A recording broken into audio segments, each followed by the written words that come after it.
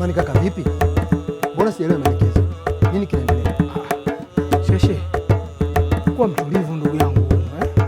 Usimwona hali ya mzee. Pressure nini au sema? Ngoja kwanza tukakae naye sawa, tumweke vizuri au sema? Kila kitu kitaenda vizuri ndugu yangu. Ndio kusema tumeibiwa. Sasa hivyo, maneno gani hayo? Ni mtamia tu hapa jamani. Sasa ana haja kusema hivyo. Mpaka sasa hivi tuko nje hapa. Tunaingiza vitu ndani tunasubiri ridhaa ya mzee. Na wewe unihakikishia kwamba wewe hapa ndio kila kitu. Mmepigwa. Ayo panoko.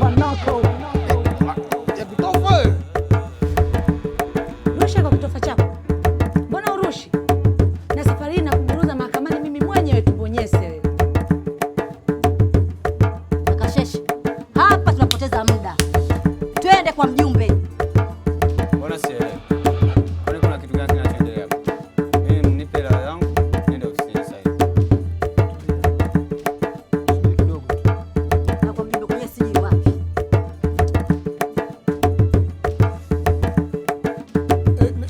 Sheshe. Sheshe, John basi kwanza tuyajadili jamani. John basi tuyajenge kwanza.